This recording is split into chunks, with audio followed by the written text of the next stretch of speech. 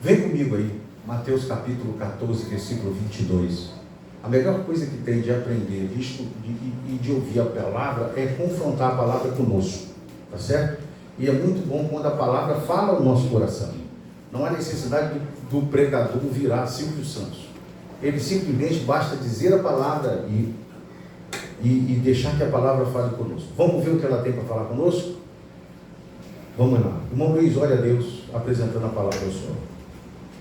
Amantíssimo Deus, Pai eterno e soberano, Pai, apresentamos a Ti o pregador dessa noite, o ensinador, Pai. Use ele, fala nos nossos corações, Pai, para que podemos aprender e a viver a Tua palavra.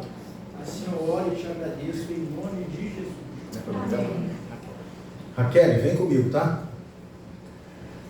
E logo ordenou Jesus que os seus discípulos entrassem no barco e fossem adiante para outra banda, enquanto despedia a multidão. Segura. Repete comigo, ordenou. Ordenou. Deixa eu dizer uma coisa para vocês aqui. Se vocês aqui, os obreiros aqui, e alguns membros da igreja, congregassem com Jesus hoje, vocês largavam Jesus e iam embora. Porque Jesus não pedia, Jesus mandava. Jesus, ele tinha autoridade o suficiente para dizer o que ele queria. Aqui os discípulos não queriam entrar no barco. Você pode olhar, Marcos vai falar a mesma coisa. E o Senhor ordenou, e o Senhor mandou, e o Senhor obrigou. E Marcos vai dizer que o Senhor obrigou eles a entrarem no barco. Mas por que eles não queriam entrar no barco? Porque eles já tiveram uma experiência de entrar no barco. Jesus estava dormindo e veio uma grande maremoto. E eles já tinham aquela experiência.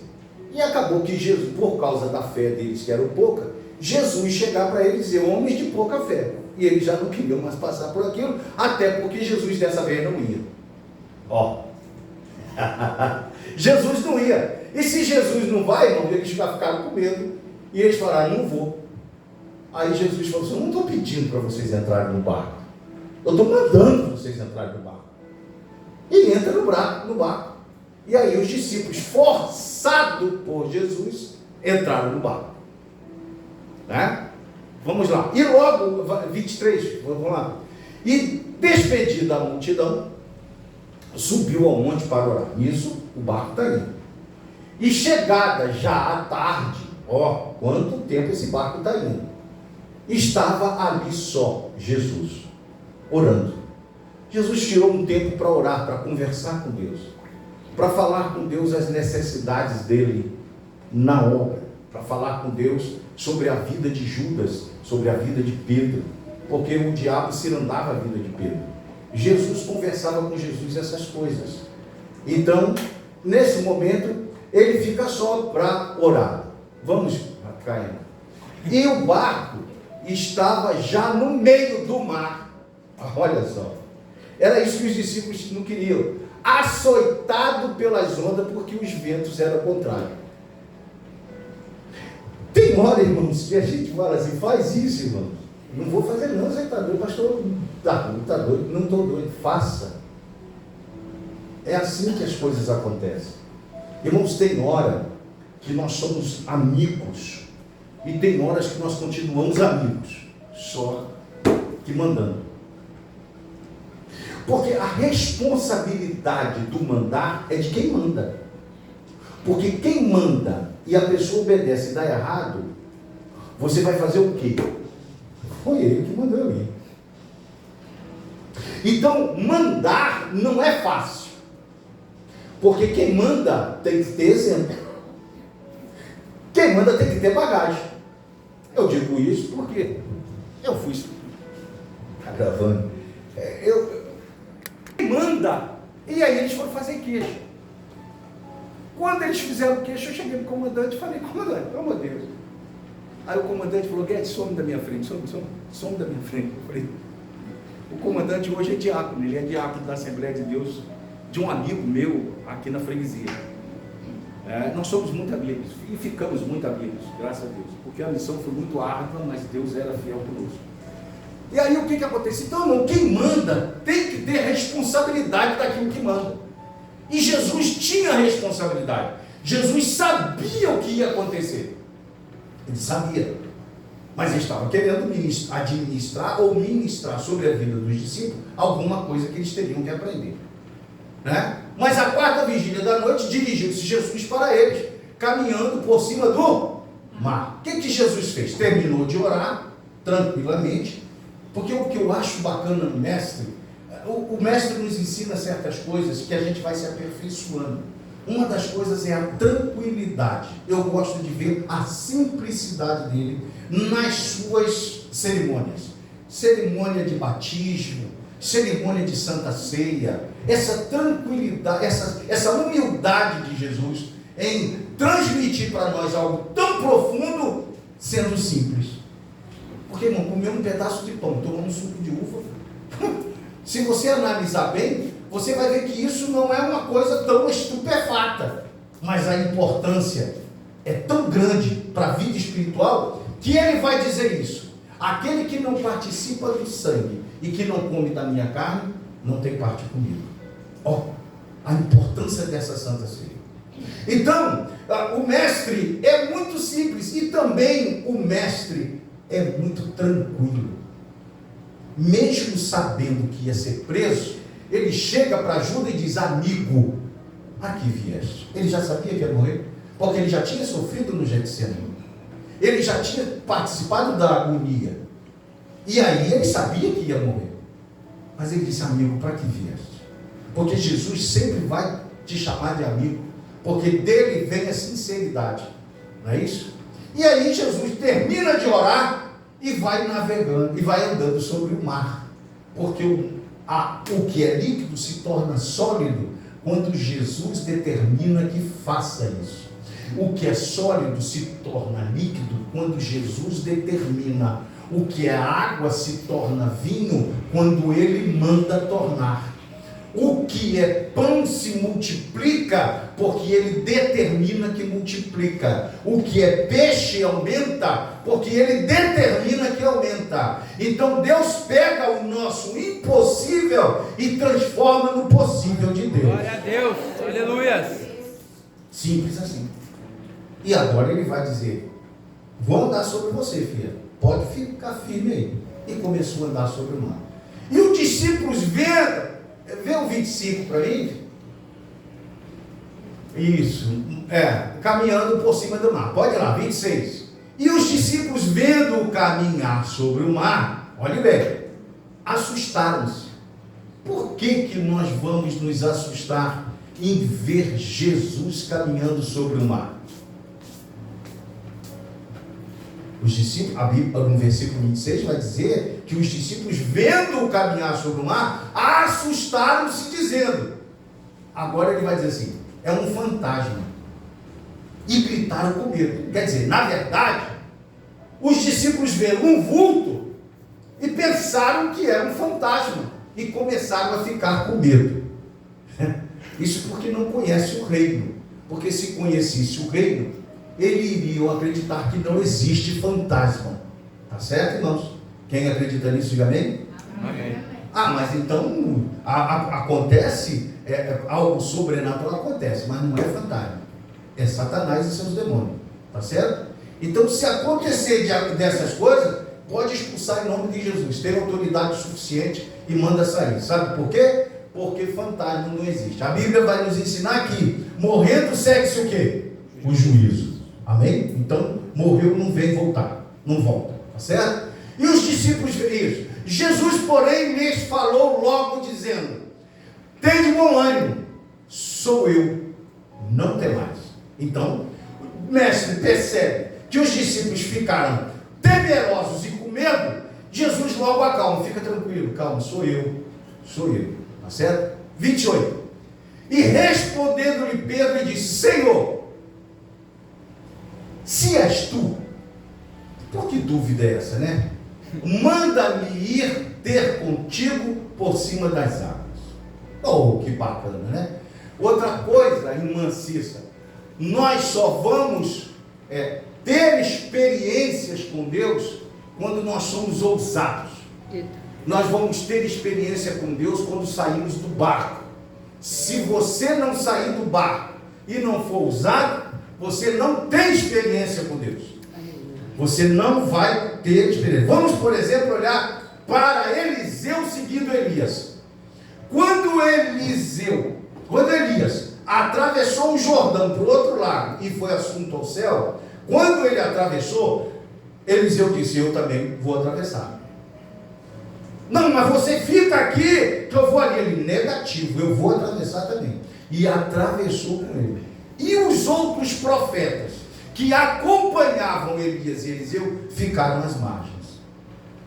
Olha bem a diferença de quem caminha junto e quem fica. Eles ficaram às margens. E Eliseu acompanhou Elias. E Elias pergunta a ele o que ele estava fazendo ali. Ele disse: eu quero a porção dobrada do teu Espírito Santo. Aleluia.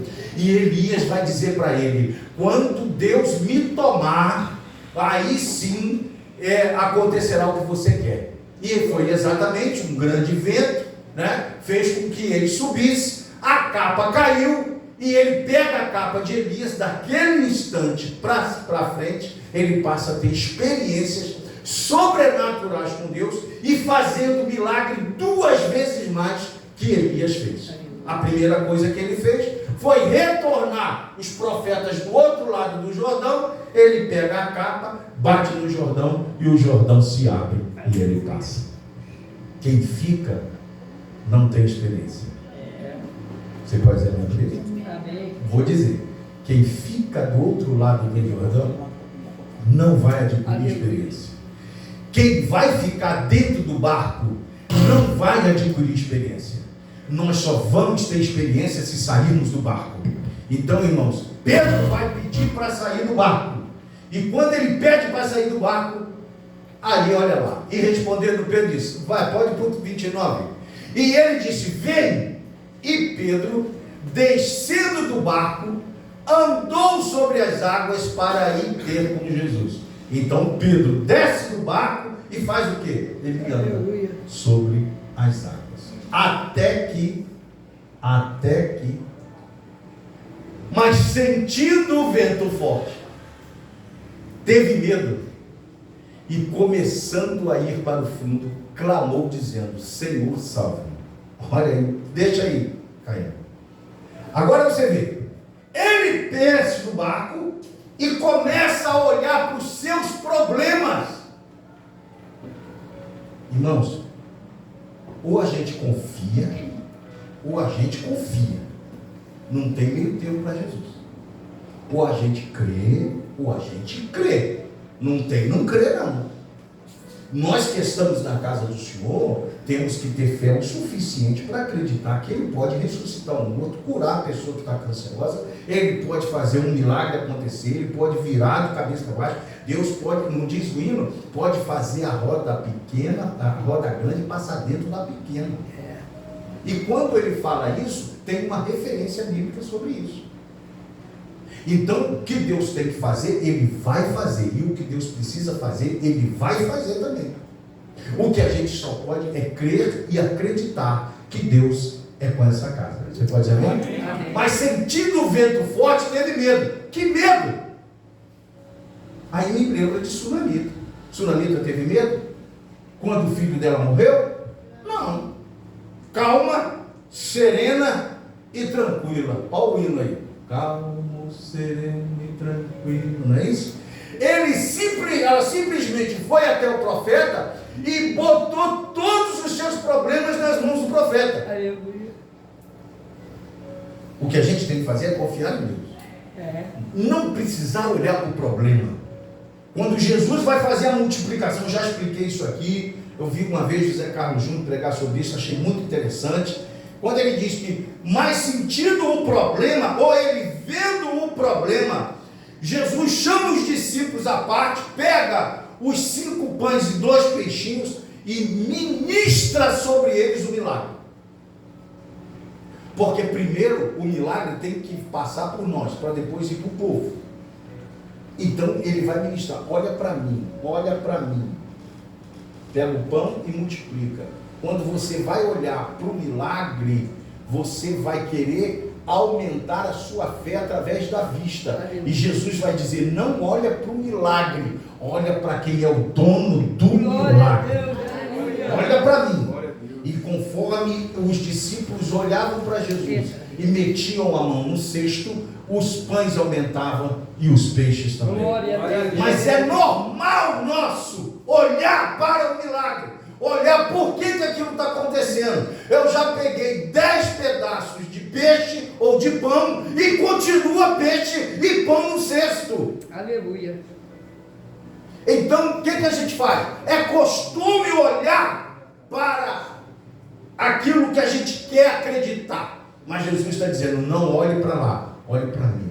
Para mim. É para mim que eu quero que você ouça. Por quê? Porque o problema vem, as lutas vêm, o desânimo vem, a depressão vem, né? A ansiedade vem, as lutas vêm, e eu preciso olhar para o milagre. Sim ou não? Sim ou não? Não. Eu preciso olhar para o dono do milagre. Ah, Sabrina está ligada. Sabrina fez cada de ambulância. Está ligado? Eu tenho que olhar para quem é o dono do milagre. Olha para Jesus, irmãos. Olha para Jesus. Irmão, Jesus está tão próximo. Jesus está fazendo tanta coisa hoje em dia por causa da pressão que o mundo está passando. O céu está de prontidão para as coisas que estão acontecendo. É muita coisa ruim para um tempo só, irmãos.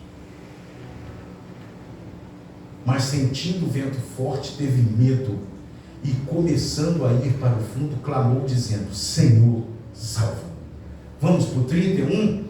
E logo Jesus, estendendo a mão, segurou e disse-lhe: homem de pequena fé, por que tu duvidaste? É aí que está a nossa fraqueza, irmãos. Por que nós estamos sempre duvidando das coisas que Deus coloca na mão da gente? Vou contar uma coisinha para vocês aqui. Seu pastor é humano. Eu sinto dor de cabeça, dor de barriga, sinto. Mas eu tenho uma coisa dentro de mim impressionante. Eu confio em Deus. Glória a Deus, aleluia. Como eu acabei de falar, eu não vou esperar vir de A, eu não vou esperar vir de B, eu não vou me endingar para a obra. Eu sei que a obra tem que ser manutenida, e ela tem que ser manutenida por Deus. É Deus que é o dono dessa casa, é Deus que paga essa luz, é Deus que paga esse aluguel. A gente não gasta dinheiro com nada, a não ser na obra, tudo investido na obra.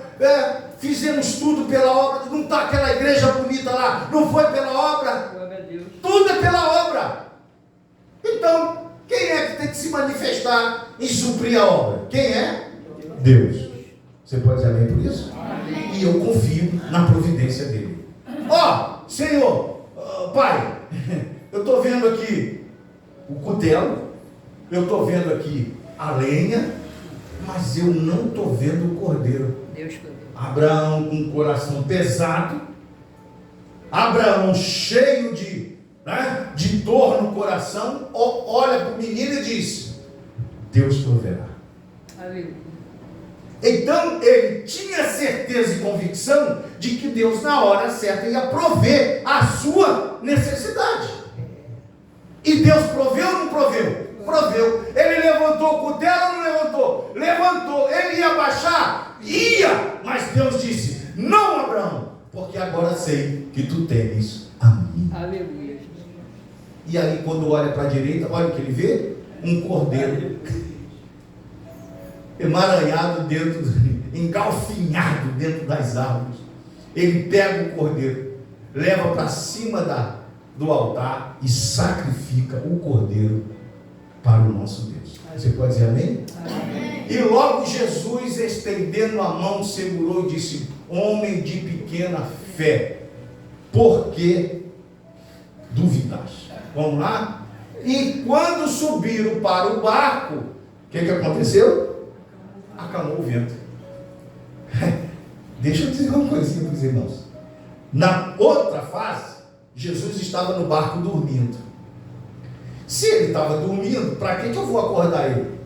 Porque eu sei muito bem que o mar e o vento não iriam afundar o barco, que está quem? O Rei dos... Está aí o grande problema de certas igrejas,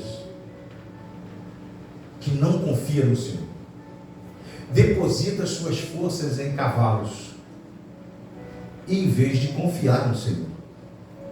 E aí eu vejo muitas igrejas fechando, passando por lutas e tribulações. Nós compramos aquelas cadeiras lá de Piraúba, de uma igreja que passou pela pandemia, e aí muita gente foi embora, e ele ficou com aquelas cadeiras lá, e nós aproveitamos e compramos as cadeiras. Então, nós temos que confiar em Deus. Quem vai suprir a necessidade da casa é Ele.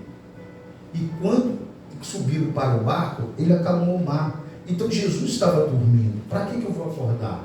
Se Jesus está fora do barco, tem tempestade. Se Jesus está fora do barco, tem maremoto.